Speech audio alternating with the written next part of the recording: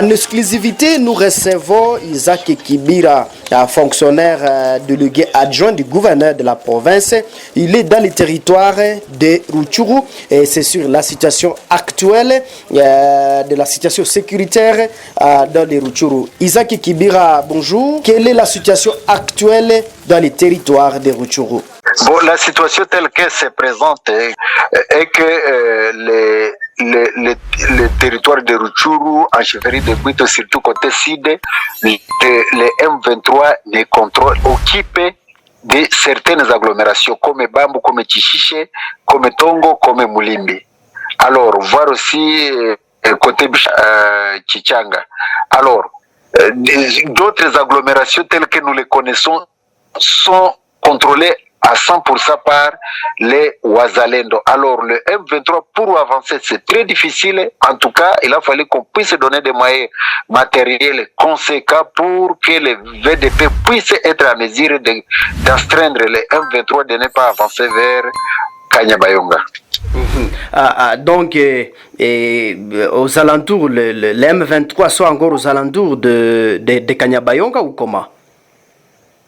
Oui, vous savez, ils sont toujours là. Si vous voyez très bien, côté la Rwindi, dans les hautes montagnes là-bas dans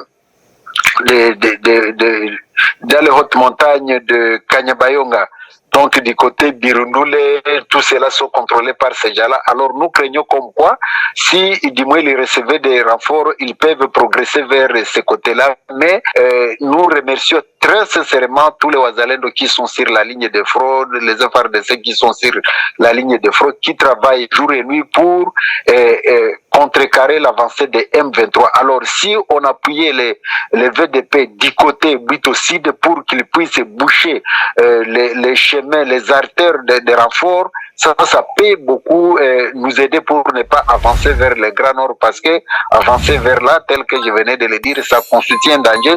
Donc il y a une certaine connivence entre les M23 et les ADF, parce qu'avancer là-bas, vous voyez avec les ADF qui sont en train de massacrer les gens au niveau de Beni, au niveau de la partie nord de Lubero, ça constitue un danger pour l'ensemble de la communauté de ce côté-là. Et vous voyez dans Rutshuru tel qu'ils sont en train de massacrer les populations là-bas, en tout cas la population manque quoi faire, vous savez, la pauvreté, tout cela avec des taxes exorbitantes qui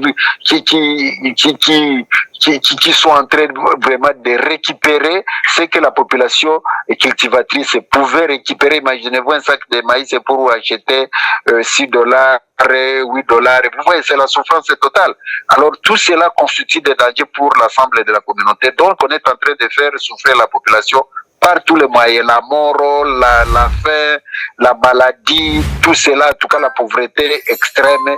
Alors nous craignons tout cela, comme quoi Nanga est en train de tromper, moi, les Nandes, ce sont des oncles, je vais là-bas, tout cela.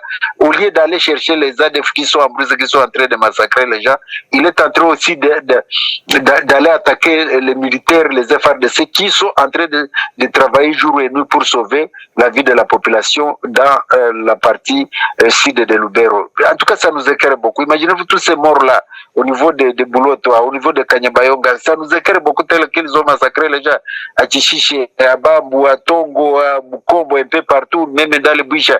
On a massacré les gens. Ils sont des auteurs directs de ces massacres. Alors, nous craignons vraiment qu'il y aurait aussi soit un génocide, s'il y aurait une jonction entre les M23 et les ADF qui sont en train de s'aimer tous. La terreur et la désolation, c'est de la population civile. Oui, vous avez parlé de véhicules qui circulaient. Ce sont les véhicules des FARDC ou ce sont les véhicules du côté M23 qui sont dans d'autres parties qui ne sont plus d'ailleurs occupées par les M23. C'est quoi cette histoire? Non, vous savez que ce sont des véhicules qui transportaient les éléments de M23. On doit dire que ces véhicules appartiennent aussi à une république, c'est le Rwanda. On ne mâche pas les mots. Ils ont été clairs comme quoi ils soutiennent le M23. Alors ce n'est pas aujourd'hui qu'ils peuvent cacher la face pendant que tout le monde connaît les rapports des Nations Unies, la population locale, tout cela. Tout le monde connaît que ce sont ces de massacrer la population. Inquiétés, bon, ces véhicules sont passés par Bambou hier, d'autres vous voyez que tout cela constitue une menace imminente à l'ensemble de la population. La population traverse un moment extrêmement difficile de leur vie. Alors, vous êtes fonctionnaire délégué du gouverneur donc dans les Bouchons.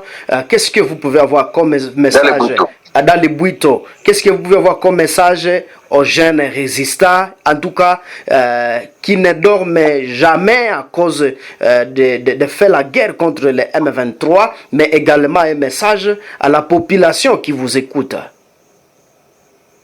En tout cas, le message que je peux donner au VDP et aux FRDC, c'est de se souder, d'être un seul homme pour faire face à cette agression, parce que nous n'avons qu'un seul pays, qu'une seule nation, c'est la RDC. Nous n'avons pas une autre. Alors, nous devons aussi les encourager, les appuyer pour que les gens adhèrent du côté gouvernement, pour qu'ils soient bien formés, être bien équipés et faire face à cette agression pour que le pays soit protégé. Et je m'adresse aussi à la population civile, donc la population locale, qui doit aussi soutenir les FRDC et le VDP en livrant des informations dignes de foi, surtout en dénonçant les infiltrés qui peuvent être parmi cette population qui avance avec les ennemis qui M23 sont tous terreaux.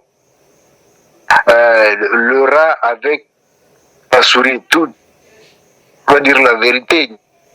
Aussi à des donc ils doivent être de Wazalendo qui sont des patriotes, surtout et sauver la nation. Oui, vous êtes suivi à RDC également dans la diaspora.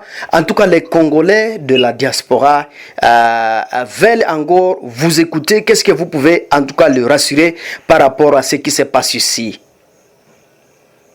En tout cas, ce qui se passe précisément dans le territoire, à mesure, parce qu'ils sont par les Wazalendo, très sincèrement avec le... Ce que nous demandons à la diaspora, c'est de nos familles qui sont dans la zone sous l'emprise des M23 pour que ces gens-là soient toujours fidèles du côté du gouvernement. Nous n'avons qu'une seule armée, c'est les FRDC.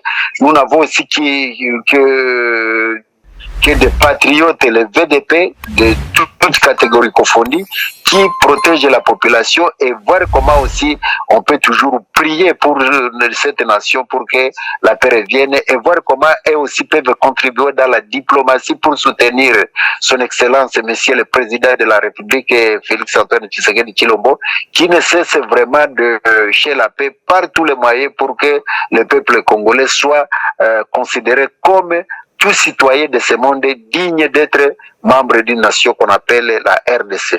Oui, nous sommes en tout cas à la fin de notre entretien. Pour ceux-là qui ne vous connaissent pas, pouvez-vous en tout cas vous présenter aux Congolais qui vous suivent maintenant? Moi, je suis Isaac Kibira, fonctionnaire délégué à Joe de Babou, natif d'Eruchuru. En tout cas, c'est ça en bref ce que je peux dire. Oui, en tout cas, sincèrement, nous vous disons merci. Que Dieu vous garde. Merci beaucoup et pareillement.